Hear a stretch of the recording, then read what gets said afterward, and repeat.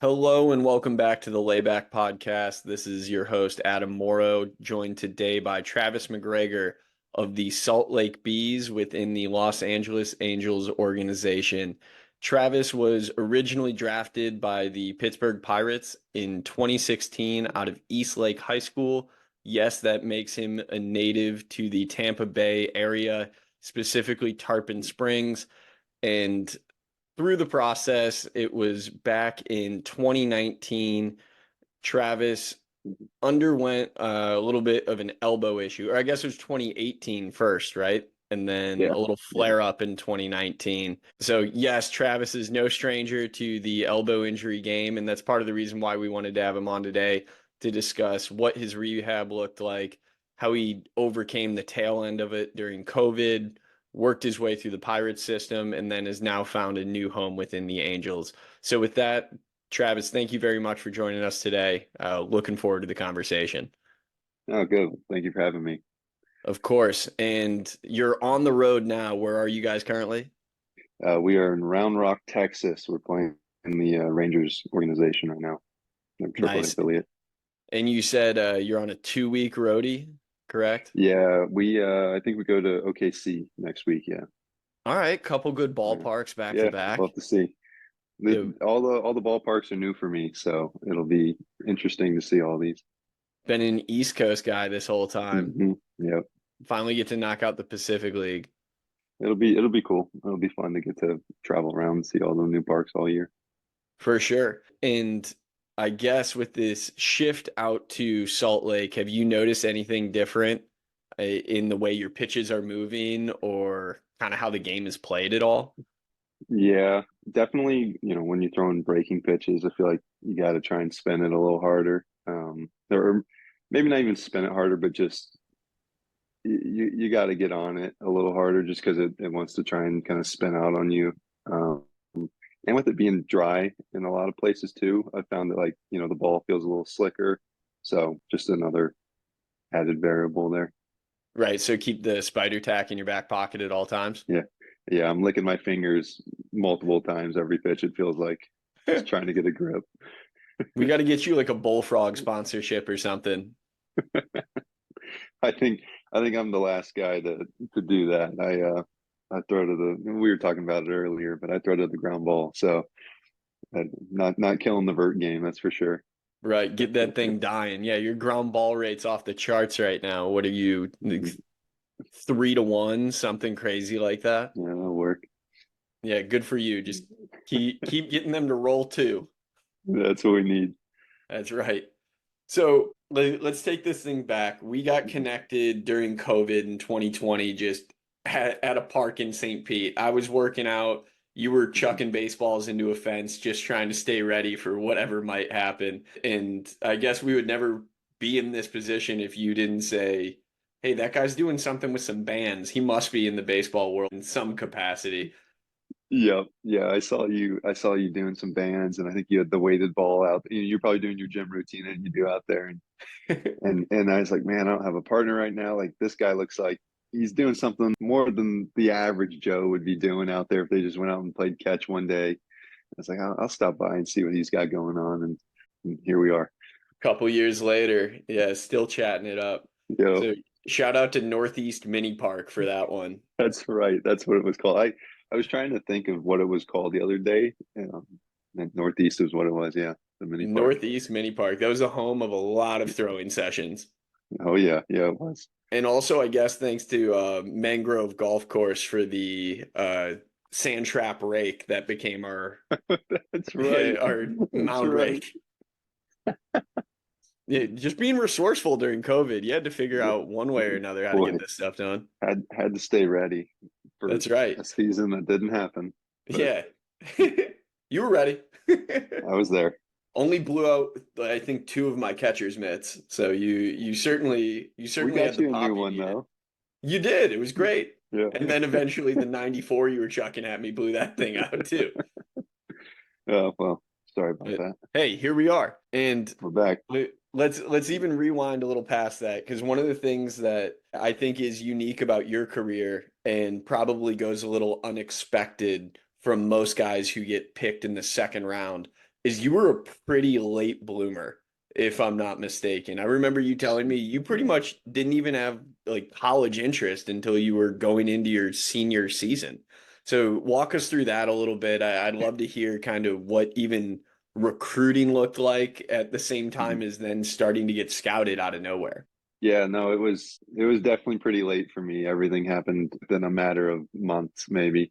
I was super late into the high school game. Just we didn't have JV, so it was a 25-man roster, I believe, and I don't know, 200 kids would try out for the team each year. So didn't make it freshman year, and then didn't play at all my sophomore or junior year. And then my junior summer going into my senior year, I think I was topping like 84 and just started playing at a travel ball team called Score International. They took me on, but they took me on only as a PO instead of two-way. And kind of doing that, I think really, honestly, really helped my baseball career and got me on a good schedule for throwing, got on a good gym, lifting schedule. And just kind of, it seemed like every tournament every month maybe I went up a mile or so in velo and went into my senior season I think topping 90.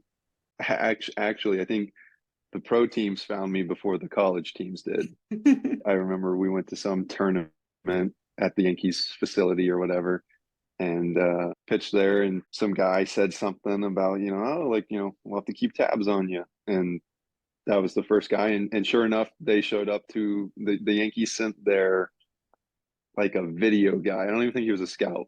He was just like a video guy, and they sent him to my very first game, first ever high school game that I ever threw into, and he got super excited about what he saw, and it seemed like every game the scouts would multiply it. Won the first game, two the second, four the next, and so on. And I don't think I got a college offer until maybe halfway through my senior season. And that was from, like a junior college or something like that. Just kind of kept working through and eventually got in connected with some smaller D1s and then some mid majors and then some of the bigger D1s and ended up committing to Clemson like maybe 2 weeks before the draft. More than anything to put pressure on the draft.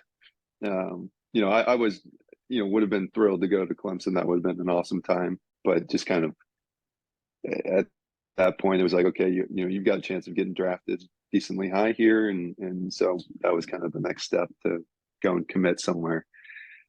But yeah, so that's how it went for me. And now you've had a pretty good football program to root for as your de facto college. So lucky you, you chose well. Yeah, I get to fake it around all the other guys in the clubhouse when they're rooting for their teams, and oh yeah, go Clemson. And I always Big love to, Clemson guy over you know, here. say us when I'm talking about Clemson, and just it gets under their skin sometimes with the college guys. Now, maybe a weird point. So you were going into your senior year of high school, you grabbed a 90 for the first time, and what were you like topping 92 that year, something like that? Were you in the 90 to 92 range? Yeah, so I think I finished the year. I think I topped at 95 to finish the year.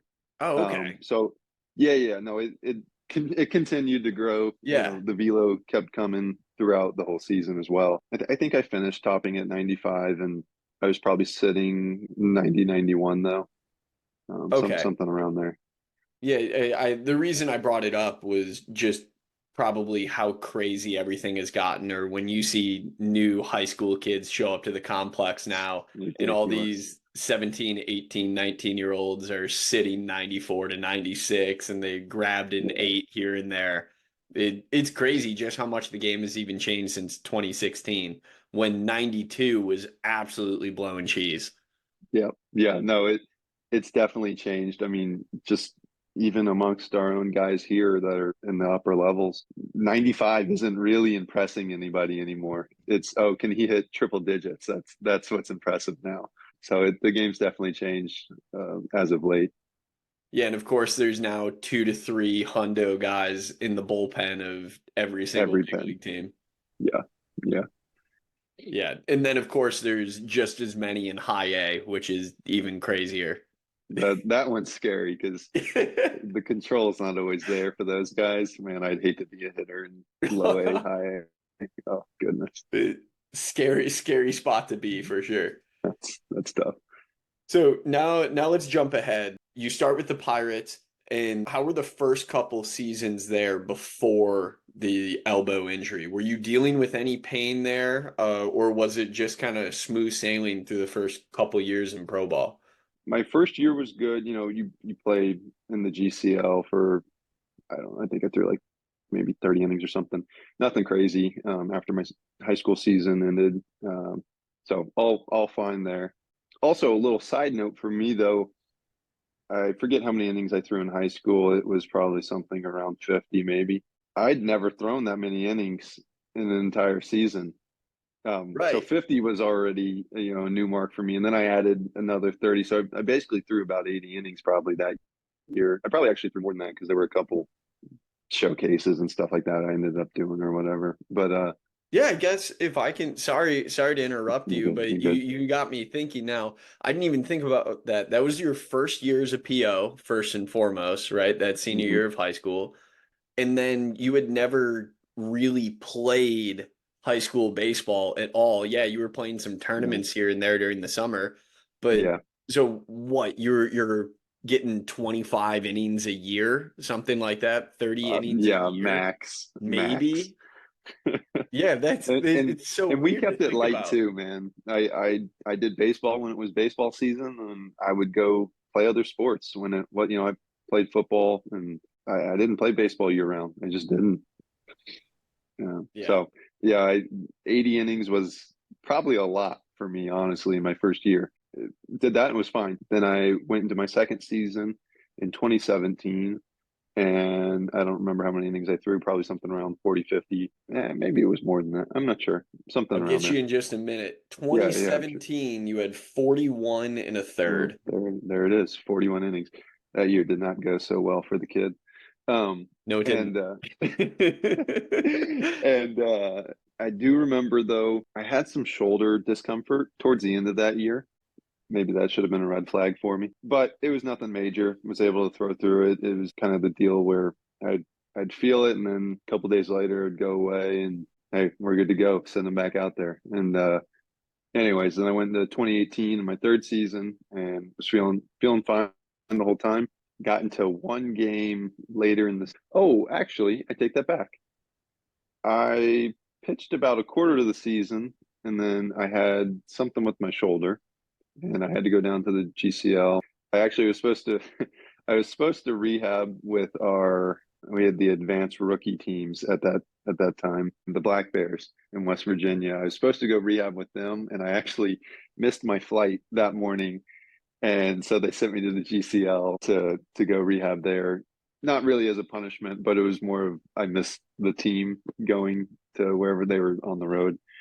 And so they just sent me home from Florida anyway. So they just sent me home and let me Probably go do better it for there. you, honestly. Yeah, it probably was the best case scenario, but that was a total accident. I was pretty embarrassed about that, but did some rehab there for an outing or two maybe, and then went right back to West Virginia to low A and through there for a little while longer, and eventually my forearm got tight in the game, and it came out and kind of diagnosed it as forearm tightness, and hey, you'll work through it. I think I shut down from throwing for a couple days, 3 4 days, something like that, and then built back up, and I could feel it the whole time that I was building back up, but I was throwing the ball really well that year and just wanted to be out there. That was the only thing going through my mind, and I could feel it, but it was manageable. And then I got into my first game back, got through like the first inning or two, and then just yeah, it went, and that didn't feel so good. But yeah, so that was it, and that was I don't know, that was maybe just over halfway, 3 quarters through the season there in 2018. But Yeah, yeah, it looks like you had 70 total innings under your belt at that point. yeah, yeah, and that was as a starter. So Right. was definitely racking up the innings more than I do now. Did you elect TJ right away? Was there a delay in the process? What did that look like? I know we're asking you to call back 6 years ago at this point, You're but good. how was that diagnosis process? Did they have you go in for surgery right away, or did you guys try to conservatively rehab it all? Yeah, so they kind of just let me do my own thing. I went to a couple different doctors and got some evaluations on what they were thinking, if I needed TJ, if I needed at that point the repair was kind of a new surgery that was going around, the one that takes about 6 months of recovery time. That was relatively new at that time. It certainly wasn't as common as normal TJ, which was pretty routine surgery as far as anyone's concerned in the baseball world. And so I went to Andrews, went to Elatrosh. Who else? I talked. Drawing a blank on his name, but the guy who actually is doing the or kind of started the repair surgery. He worked under Andrews. I You forget talking his about name. Meister, the guy with Texas, Maybe not. or Then maybe I have that wrong. Dugas kind of, That's it. That's it. yeah, Okay. exactly. Yeah, Dugas kind of started the repair, and then Meister is kind of taking it on as Perfected it. revolutionizing it, I guess, with the internal brace. Okay. That's who a lot of the guys are going to now. But yeah, sorry to get us on surgery nerd notes. No, you're spot on there. So yeah, no, so it was Dugas, and anyways, just went through all those guys and got the imaging and all that stuff, and pretty much the consensus was, hey, it looks like you need it. I think two of them said, hey, you could potentially do this repair if you want, and I just ended up opting for just the full TJ just because it was what was known, and if I did I ended up having surgery in September 18th, I believe it was. So it was kind of like, look, if I'm going to miss 6 months, probably going to miss most of the season, if not all of the season, anyways. I may as well just get the one that I know works. So that's what we ended up doing, and ended up going with Neil Elitrosh out there in California. Just kind of like the way that he presented stuff, at least the way he said that he did the operation. Just felt like it would probably work best for my body type. Yeah. Well, thanks for getting us to that point. I'm sure that that was the low point in the career thus far. And then what did rehab look like for you? Were you pushed back to Bradenton? Did you do stuff on your own? Were you just living at Pirate City? Yeah, so obviously being from Florida and being pretty close to Bradenton, I just did everything there. I stayed at Pirate City and worked with the trainers there, and so it was good. It was actually probably really good for just learning how to go about my business and stuff. I got to do rehab with 4 big leaguers. That was pretty cool. Getting to see how they went about their business, how they worked through stuff they're feeling in their arm, and I got to bounce ideas off them, and we would all kind of check in. Two of them were about a week or so ahead of me and one of the other guys, and got to see, hey, did you feel this when you got to this point? And it was a good system we had there, and I'm actually really grateful for that. That was super awesome, and they were great to me, just being the young guy and no big league time. That was pretty cool. Sorry to get off on a side note No, there, that's the but fun stuff. That's the human side of the rehab. yeah, right. Because I know a lot of guys that go through it, and it can be tough just on the mental side of things. It can be tough for them, especially if you're doing it alone, man. Like, it doesn't always feel good. It really doesn't. Sometimes you just gotta kind of know, hey, there's light at the end of the tunnel. But yeah, worked with Pirate City, or in Pirate City, the whole time, and a lot of it started out pretty slow in the beginning. It was just a lot of stretching, trying to get that range of motion, internal, touching the shoulder, and then sorry, I'm out here doing the movements. I'm sure you saw Yeah, my yeah, hand there, full but flexion, full yeah. extension. So got all that back relatively fast. That was not a big deal for me. Some guys, it's tougher to get back, I guess. We did our throwing, and that all went pretty smooth. Had no real hiccups until I got back on the mound. the first time I ran into any kind of a problem. I think it was maybe my first live or second live or something like that. Just tore scar tissue. What I was told is that, look, it just feels like you tore anything else in your body. Your body's going to react. It'll get all puffy and get inflamed, and that was pretty scary. I was like, dude, I just tore it again. Like this is potentially it for me now. Like if I just tore it, so that got to be a pretty tough spot for me there for a couple days. Thankfully, the trainers and the coaches and players were all super supportive. Man, a lot of guys reached out and just let me know they were thinking about me and hoping things were going to go well. And so that was cool. But did all the tests and stuff like that, and I was passing all the tests as far as the integrity tests go for the UCL, and that gave me a little bit of confidence. Maybe I'm okay, and back throwing in the next 4 days or something like that. So it was good, and never felt anything again as far as that's concerned. So it was cool. It was good. Just that was a little Did scary. did they shoot you back in for imaging at all when you had that scar tissue thing, or just Mm-mm. because they were like, integrity looks good, we're yanking on it, all Yeah, seems fine, we'll just let it sit for a little bit, and when you feel good, we'll try it again? exactly. Yeah, took some relief there to try and knock down the swelling, um, and then went from there. And I would say they got it right, and it was just some scar tissue, or I'd have to assume that's what it was, and everything was good to go after that. So Do you recall when that was then in 2019? Was this towards kind of like summer to fall? Or are you pushing pretty far out from the actual yeah, surgery date? it must have been. It was definitely probably past 12 months post Okay. op. So like it was out there. Okay. It was no. It was probably like around 10 months maybe, because that's September, and we were in instructs. Is probably something right around that 11, 10 to 12 months, something around there. Okay.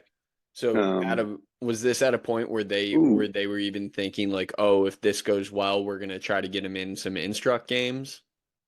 Or yeah, was and that out of the and question? I think I ended up throwing in one anyways. So yeah, Okay. it yeah, I think I logged an inning or two and then shucks. That's where So champions are of made. course. And yeah, no, so I did end up throwing there, and yes, that was the plan. I was going to get a couple outings and instructs, and then call it a year, and take a normal off season, and then come back in spring and be ready to go for the 2020 year, which honestly was pretty nice. I think that I got to have a real. Of course, I ended up having a whole year off, but thank you, COVID. But having that off season off and then coming into the season, I think was really good. I hear a lot of guys, that finish their rehab and then go straight into a full season. And it's like, man, you pretty much just nonstop threw a baseball for 2 years, which just to me feels like a lot. And I get it. You're excited as the player to get back into games. The org is excited to have you back in the rotation or whatever, back in games. But man, it feels like a lot, not even getting a month or two of downtime for 2 years. To me, that feels like a lot. I know some guys do it in the off season. They continue to throw the whole year, but coming off injury, I feel like is a little different. Yeah, I feel like that doesn't get talked about a lot. That's a good point that you bring up. When guys go through rehab, depending on when they get hurt, from the second rehab begins or that first day of the throwing Mm-hmm. program, it is nonstop, especially if they complete the program, get back on a team, go to Yep. an affiliate and play. You're right. The guys are trending towards 18 straight months of throwing or Mm-hmm. whatever, 24 straight Something like months of throwing. that. Yeah. That's Yeah. crazy. Yeah, and at some point, yes, there's research that points to now, yes, there could be benefits to very low levels of throwing early in the off season or continuing to maintain some sort of level, but Mm-hmm. actually pedal to the metal, trying to get back to compete. Because even though those early throws aren't made at full velocity, it's still super stressful and high Super. intensity based on what your body has at that given moment or what you're Yeah. capable of doing. Oh yeah, I mean, you can, or at least me personally, I could feel every time I would step back, we would go from 60 feet of throwing to 75 or then to 90. The first time I hit a new distance, obviously you'd have to throw it a little harder to to complete the throw from that distance. The following day, I could feel that my arm got tight, and it was like, hey, this is new. My arm was not used to this. And then every time you would get comfortable there, you would kind of up the intensity at that distance. And same thing, the next day I would feel it just because it's new to the arm. So yeah, you're right though. It is a lot of intensity on the arm for a long period of time, even though the throws are not at 90 miles per hour, they're at 70 maybe or something. But it's new to the arm, and it is kind of a strain on the arm that a lot of people I don't think are calculating in their assessment. Yeah, speaking of, I guess, a previous podcast conversation that you were even kind of alluding to, earlier we had Casey Mulholland on, who you Mm-hmm. obviously spent some time with in the Yeah. off season. But Casey and I discussed that even if the intensity isn't high, the actual velocity on a throw, you can still build stress or accumulate stress from volume. Mm-hmm. And I think that gets missed a lot, right? You can get sore from throwing BP. You can get sore if you go out and you play catch with your sister in the off season from Yeah. 60 feet. If you guys are just tossing it back and forth, but if you do it 400 times, you're going to get sore. So Yeah. Oh yeah. yes, like intensity isn't everything. It is a lot of it, but also every single time, like you said, you're going to a new distance, that's effectively a brand new thing for your body because you have a completely new ligament It's in your elbow at it that point. Yeah, man, and that thing is dumb sometimes. It has no clue what to expect. That's one of the crazier things to me is just that ligament controls no, everything in your arm. It's pretty crazy. You feel like, oh, there's so much going on in your arm. Like if one thing goes wrong and you replace it, like surely the rest will take over. And to me, it doesn't seem to be that way. It's the UCL kind of runs the show down there. I'm actually writing down right now the exact quote from you saying that ligament is dumb because I actually think I think that's a great way to explain this to anybody who's new to rehabbing or understanding what's going on there. Because if we flip this over, continue the analogy, take a second grader and throw the second grader in algebra or in calculus, that kid's Good going to luck. be dumb as hell. It doesn't matter how smart they are compared to other Yeah, second graders. yeah. That's pretty much what you've done with your body. Like, it doesn't matter if you've had exposure to this before. You pretty much took something brand new, put it in something it's And never seen before. you And got to it teach them. doesn't matter how advanced everything is around it. The weakest link is going to be what struggles, or the dumb piece Hmm. is Hmm. going to get left in the dust. So you have Oh to yeah. take it one step at a time. And you got to Billy Madison this thing. You got to Oh yeah. graduate each grade before you get back to fully competing. No, it definitely is a process. And another rabbit hole here. The parents back when TJ kind of caught some hype for some reason, like it was an exciting thing. Like what was that about? First off, but like I was hearing things about parents wanting their kids to get it in high school just to get it because it was going to make them throw harder. Oh, come on, man! Like you are setting your kid up for failure if you're going to do that. It's But insane that was legitimately believed.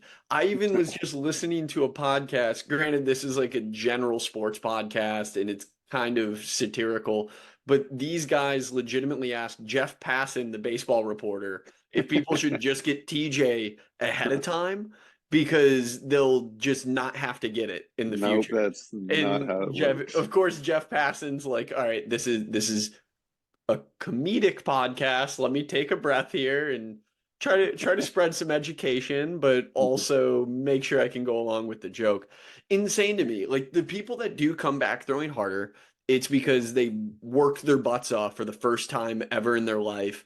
They have a dedicated throwing program. They Mhm. understand how to move better. They got everything else in shape. And then let's face it, they got lucky. Because Yeah. how Yeah. many people do you know that you rehabbed with, saw, whether they were teammates or competitors you were playing Mhm. against, that they got TJ and just done? Yeah. Oh yeah. I mean, I've seen it derail a lot of careers. Man, there was a guy I played with back in 2018, and he was a top prospect, high round pick. He was doing well through his first couple of years, and ended up having it, and just couldn't find it after that.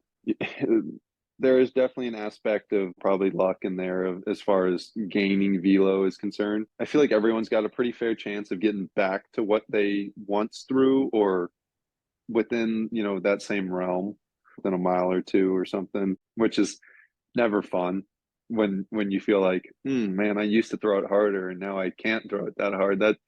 That's not a great feeling. But I think the big part of it is just the work that you're doing in there. Every day they've got you doing some kind of strengthening program. They're working on it constantly. Your arm's probably in the best shape that it's ever been in. Shoulder, forearm, all that stuff. You're working it. So your arm's probably in the best shape that's ever been. Also, you've just been working out for the entire year instead of normally you get into a season.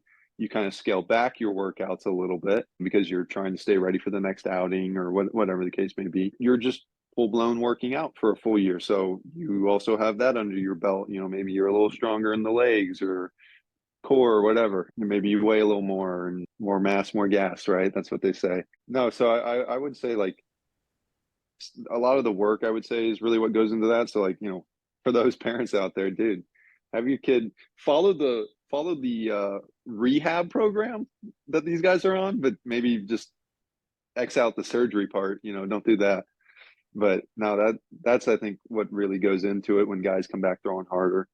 But I will say it definitely seems like I've seen it in a couple guys, like myself included. It can be tougher to manipulate the ball the same way that you once did. It definitely can change that. Some guys it doesn't, but I've also seen it change the way guys are throwing.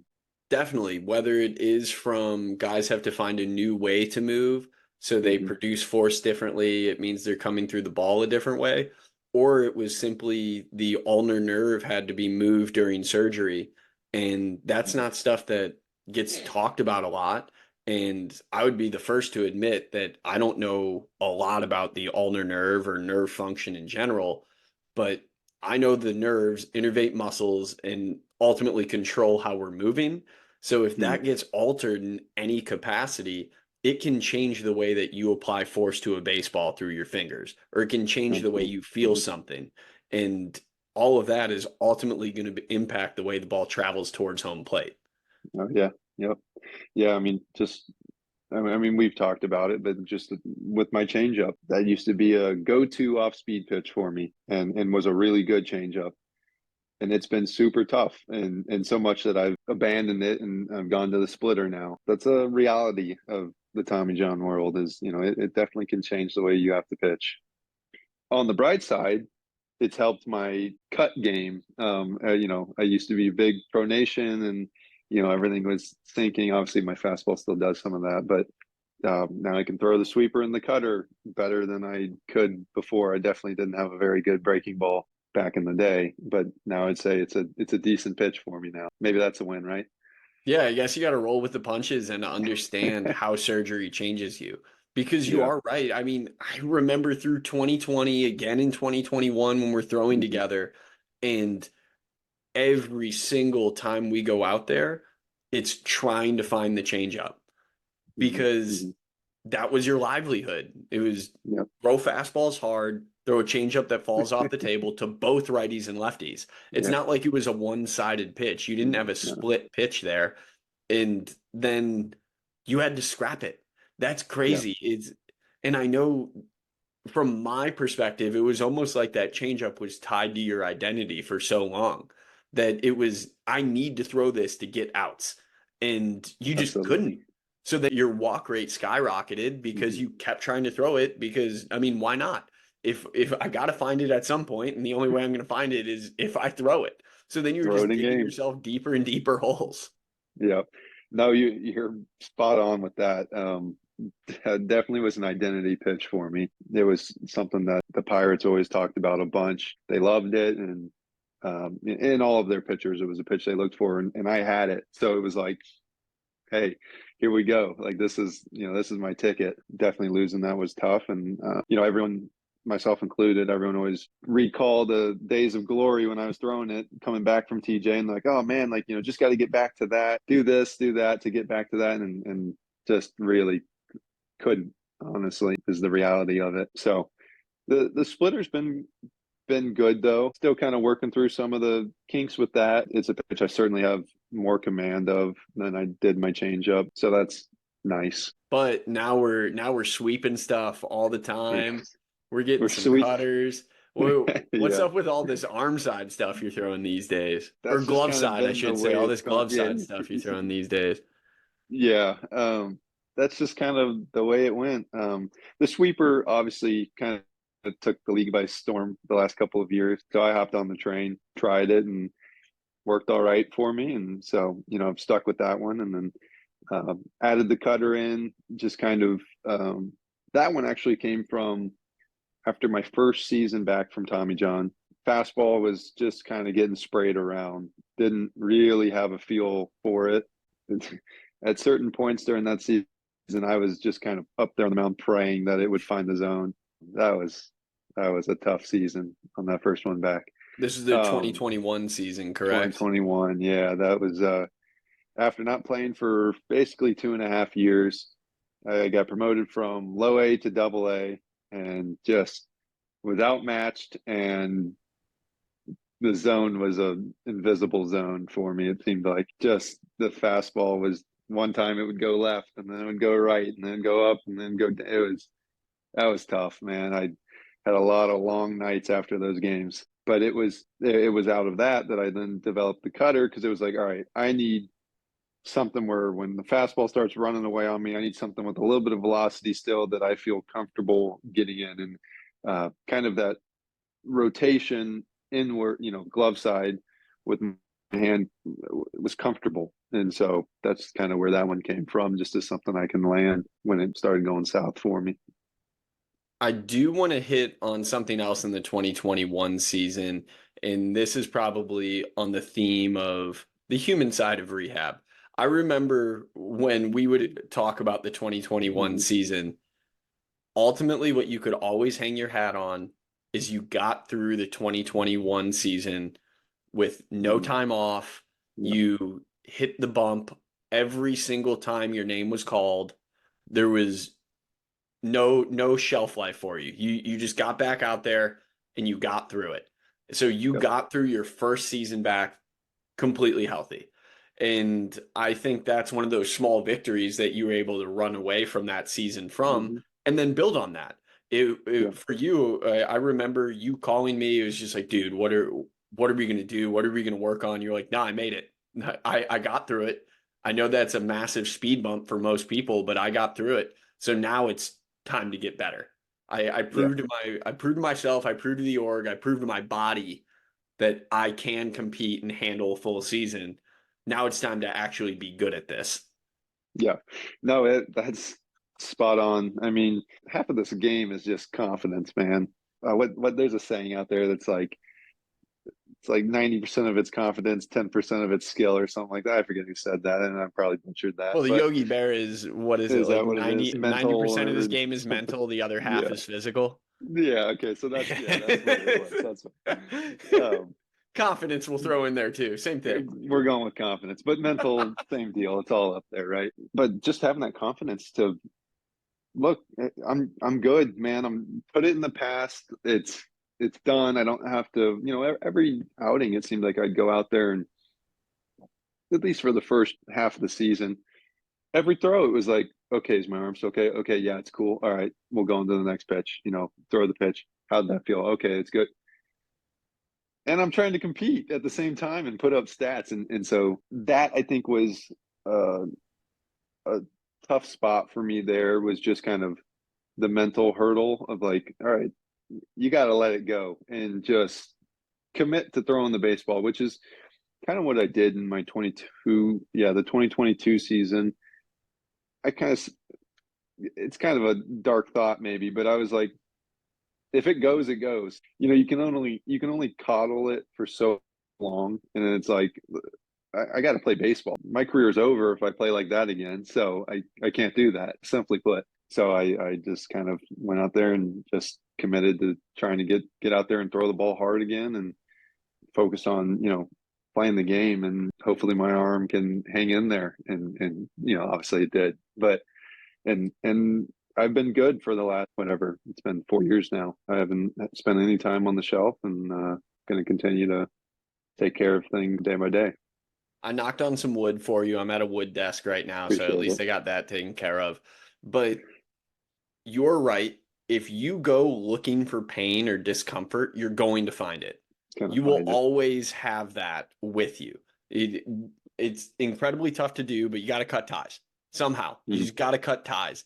I feel like that's a reoccurring theme with anybody who has overcome a significant injury is it's so hard to escape it because it's always going to be with you. That was obviously an Mhm. incredibly traumatic experience, both physically and then the struggles of what you have to endure mentally through that whole process. But it is in the past. And if you don't trust that you can handle this or the rehab wasn't enough, you're never going to be able to set yourself free to compete again. I'm sure that was Mhm. incredibly tough in the 2021 season. Yeah, that was, but just work through it, and here we are now. Now we're going. That's right. And then maybe switching gears a little bit Mhm. from injury to more kind of the mental side of what you're dealing with in professional baseball. You knew you were coming up on a contract year coming out of that 2022 season. So you definitely needed to kind of flip the switch a little bit. What was that like for you, like, knowing that you had something looming, that you either needed to get another contract, get re-signed by the Pirates, whatever it was, you were going out there every day knowing that you might not have a job next season? Or was it truly just, no, the ball's in my hand, I just got to throw it. This is the only thing that matters right now. I didn't think about that a whole lot in the beginning parts of the season, and that was when I started in Double A there, and that was also my first year of relief. I was a starter up until then, so that was the first year. So that was new to me too. So kind of was maybe forgot about the outside stuff and was like, okay, I got to kind of learn the relief pitcher world here. And so I was doing that, and that was fine. I definitely know that, like, when I got promoted to AAA that year, that it then kind of set in. Like, I got around guys that, in Double A, you weren't really around guys that had been anywhere besides the Pirates organization, and they'd been there for 3 years or 4 years or something.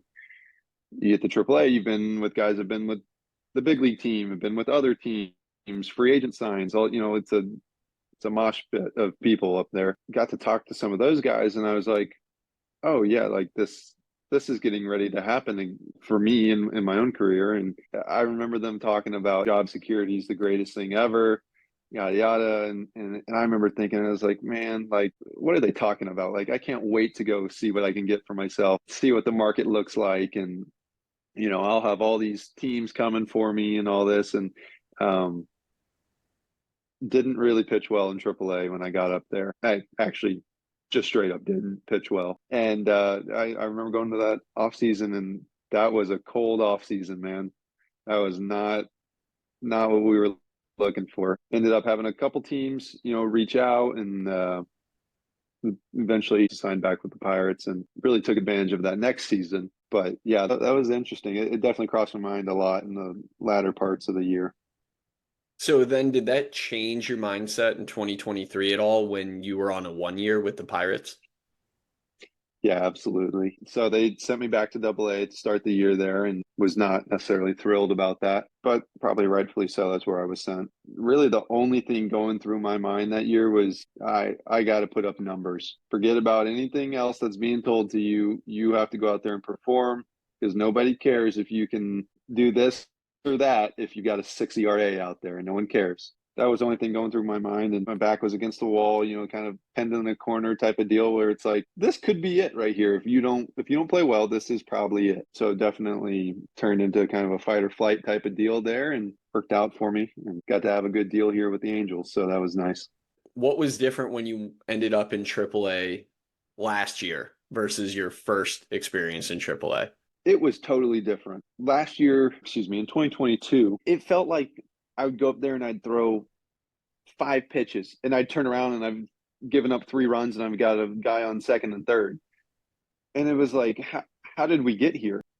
Things were speeding up on me and just couldn't. It was probably a little bit. I was a little bit overmatched. Then I went back in 2023, and it was completely different. I got in there, and I remember my first game that I got called up, got a quick 2 outs, and then gave up a single, and then a double off the wall, and scored the guy from first, and then I got the next guy out. And I just remember coming back in and talking with my dad afterwards, and I was like, dude, like I know like that wasn't exactly what I wanted, but like I stopped the bleeding when it started happening. Like it just didn't speed up on me. I was in control the whole time. Like that one just didn't go my way today. Like, I gave up a run in my inning. That was completely different than what it was the year before. And then I went on to go on a good, tear for, I don't know, 20 innings, I think, of giving up a run maybe, or something like that. Maybe 2 or something, whatever. But really threw the ball well, and then, ran into like 2 or 3 big innings right at the end that kind of really hurt me. But no, it was the speed of the game. Just it didn't speed up on me when things started going wrong. I was able to say, okay, that happened. That's in the past. What am I going to do to this next hitter that's up at the plate here? And what do I need out of this guy? Do I have a guy on first here with less than 2 outs? Do I need a ground ball? Okay, let's try and throw the pitches that get me ground balls, or the location's going to get me a ground ball here, whatever the case may be. And that was really nice, being able to not have the game speed up on me. So then taking that into this season, when you signed with the Angels, you were given an opportunity to compete in big league camp and pretty much had a good idea that you would start the season in AAA. What has changed mindset wise for you with this new shift, new organization? Obviously, they brought you on because they believe in what you can do. They like what you showed throughout your career, especially this past year in 2023. How has this transition been for you? It's been good. I was definitely a little anxious it's been 8 years in one org. To move on to a new org was different, and especially one that's out on the West Coast. Everything's new to me this year. It was a really pretty smooth transition. There've been a lot of really good guys around here that I've been able to, hang out with now and grow friendship with, and coaches have all been good and encouraging and welcoming. So that's all been really, really awesome. That was my first big league camp, so that was new, neat experience. I really was pretty thrilled, actually, with how things went there, and I didn't feel like there was any nerves or questioning whether I could hang with these guys or not. I didn't feel that way. It was just like, okay, like this is where I belong. I'm with these guys, and I went out there and threw like that. Got to face bunch of big league bats, and really did well with that. Then obviously went down to minor league camp and continued to pitch well there. And just getting into the season, my goal is just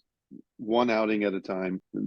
At some point, hoping for an opportunity up with the big league team, and that's great, but that's not where my mind is. My mind has to be where my feet are, and I have to play it outing by outing, pitch by pitch, and you can't be worried about what's going on somewhere else, because then you're going to lose your focus of what's going on here with you right now. So that's just kind of where I'm at. Right. Those aren't your decisions to make. All you can Not do my is nod decisions. yes or shake your head no to the catcher and try to blow it by whoever you're facing. Yeah, exactly. Thanks for running us through the whole baseball career, how you got to this point. everything. I want to go down a completely different lane now and highlight the extreme talent of the MacGregor family. So now Okay. let's brag All on the right. others in the family a little bit. And I think most would think like, oh, drafted in the second round, professional baseball player. He's got to be the most talented, most successful in the family. Probably After not. learning what I've learned about you guys, I don't know. You might rank last. So sorry Yeah. to say. Yeah, you're probably right. I I love bragging on my sisters. I've got three older sisters. They've all been professional in their own careers. Start from the top, I suppose. My oldest sister, Tessa, she probably is the best athlete of all of us. She was really, really good in high school. Pretty sure she was able to go just about anywhere she wanted to play soccer. I'm sorry, yeah, she played soccer. Ended up having a back surgery in high school, which kind of derailed a lot of the college opportunities for her. Ended up signing with like a smaller D1, North Georgia. Played there, and then she ended up finding her way into a semi-pro team. I believe they were out of Miami, and played there for a while. I think she was doing really well.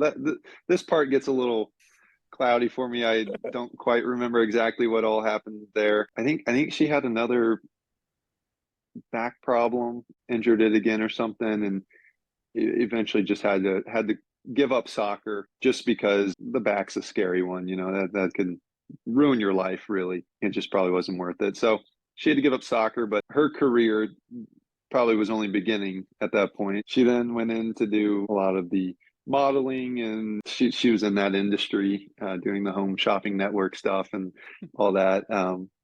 As of late, her big thing is she is now on a TV show called Serpent Invasion. It's a spinoff from, or not a spinoff, but it's a add-on to Swamp People on the History Channel. And she is out there catching pythons for a living.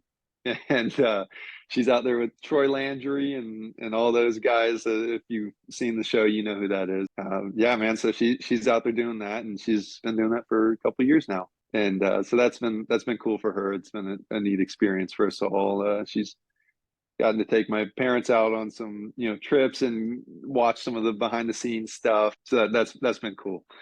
So we get to watch her on TV, every week, and that's neat. And then so my middle sister is Micah, and Micah was good. She was good at the sports in high school. She played soccer and volleyball, but I guess that just wasn't really her passion. She was into the music world, and so she ended up. Oh, also, I'm going to backtrack. She did some like background stuff. She's in a couple like music videos, some like country music videos and stuff like that. Not the new age country music videos though. It's the one where she's wearing like some old western clothes or something like that. Wrangling some cattle. Yeah. But she did some background. I think she's in like a movie or two as like a background person. She enjoyed doing that stuff, like just as a side gig. But anyways, and then so she's in the music industry. Her and her husband are. He's a producer for a bunch of artists and stuff like that are pretty big. So she does some singing, and she's on a bunch of TV shows like Selling Sunset, Love Is Blind, Teen Mom. I think she's got something else coming up that's pretty big, with another group. But so she does some of the like intros and stuff like that. You'll hear some singing and stuff, and that's her. And then my youngest sister, Ashlyn, she was a volleyball player. She went to the University of Maryland and holds a bunch of doesn't hold records, but she's top 3 or 5 in a lot of categories at Maryland. And then she went on to play professionally overseas in Sweden, and then she played in the Premier League in France. They didn't really have a United States volleyball professional league at that time. Something that's kind of just starting up now. That was where she had to go, was overseas to do that. That's what they all did. Pretty proud of them, man. They've done some cool things in their life and are continuing to do cool things in their life. Yeah, and all you do is throw a baseball for a living. And I'm just trying to make it happen. Dominating some rec basketball in the off season though. Yeah, that we put that to bed though. Smart, I very smart. Yeah, kind of rolled an ankle one time, and I said, "All right, that's got to be the end of that. I can't keep doing that."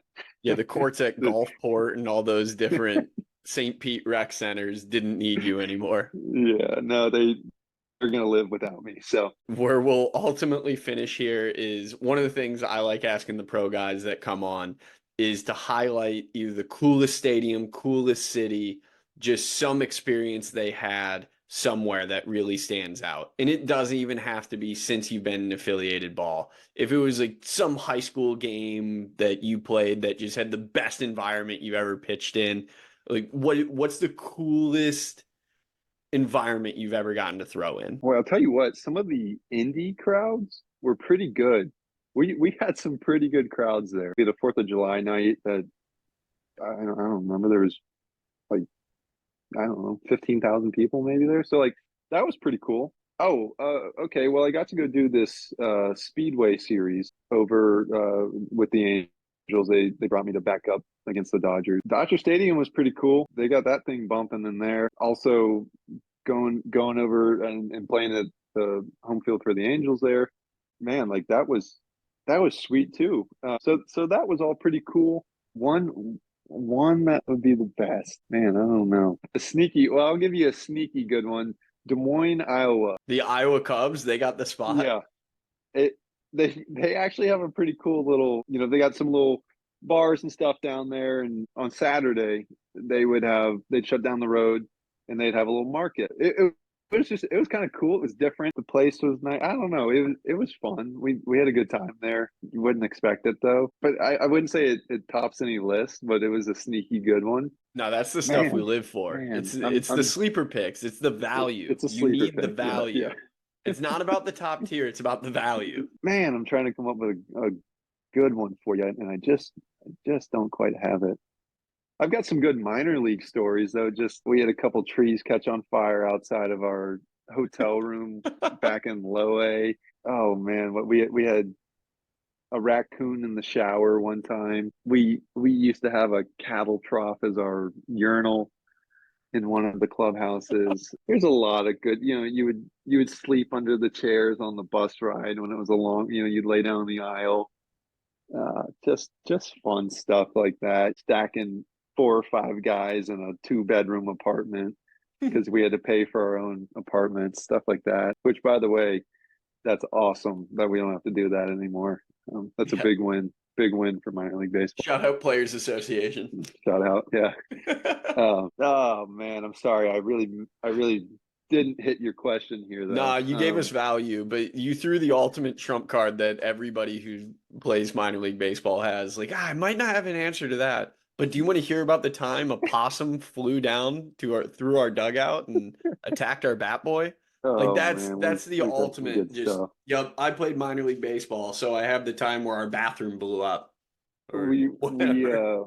we had one time where we really, back when we were playing the 3 and 4 game series, and you didn't get all the off days that you wanted. And it was raining, and we took a couple tables. It was like there was this little like awning that would drop off into like the stands, so like it wasn't getting on the field, the water that would run off.